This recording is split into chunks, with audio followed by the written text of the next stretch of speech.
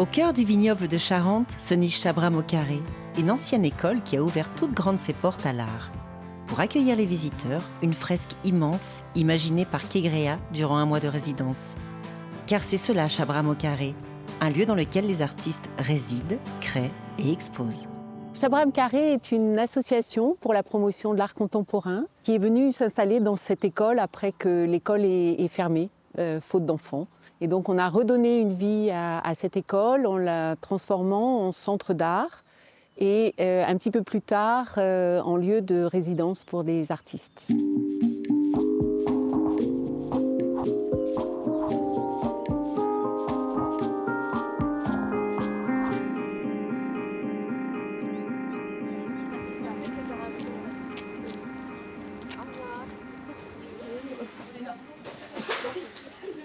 Je suis très heureuse de vous présenter nos artistes actuellement en résidence, Barbara Queiroz et Ladislas Comboy, qui ont investi l'école, qui s'en servent comme atelier de création. Ici, on a été invité par Marilyn Dodin à penser pour la première fois un projet à quatre mains. Ça fait 1 an qu'on travaille dessus maintenant.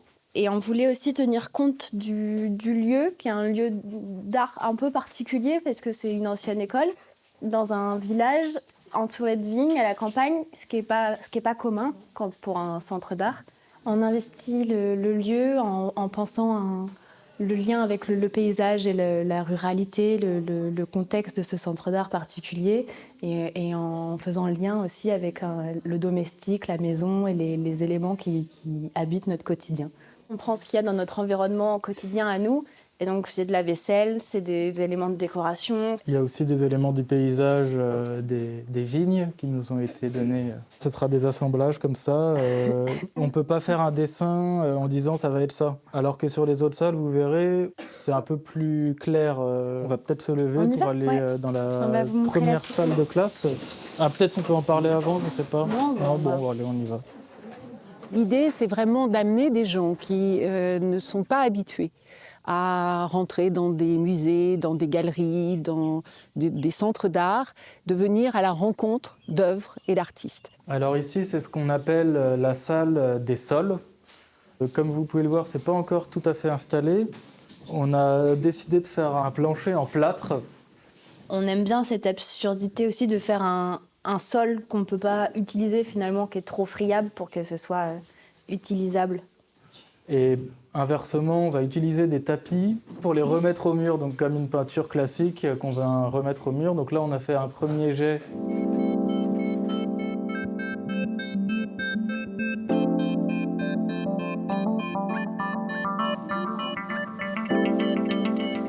Donc ici, c'est la dernière salle de classe qu'on a commencé à investir avec Ladislas. Donc quand on rentre, on a ces grosses structures qui sont encore toutes nues mais qui vont être recouvertes de papier peint, comme on peut le voir ici. Donc là, en fait, le papier peint se transforme en paysage, donc en paysage intérieur si on veut, et crée ces courbes, ces strates du paysage. Tout le processus ici, c'est hyper important aujourd'hui parce que c'est ce sur quoi on va travailler ces 3 prochains jours ensemble.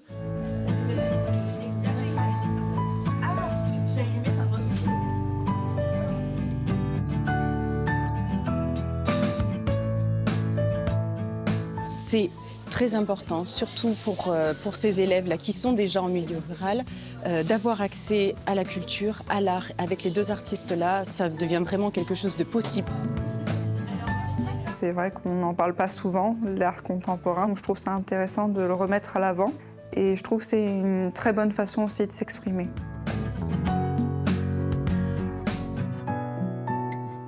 Ça, c'est les objets dont on s'est servi pour réaliser le papier peint qui est au bout. Voilà, à partir des collages, on a sculpté dans le lino les images. Donc c'est pour vous montrer l'objet. Vous retranscrivez le dessin, le collage sur le papier calque et ensuite on met l'image sur la lino. OK ? Est-ce que vous avez déjà vu des plaques de linogravure ? C'est une matière bizarre. Ouais. C'est du lino, quoi, comme le sol, comme le revêtement. C'est une petite structure de résidence, mais qui fonctionne très bien.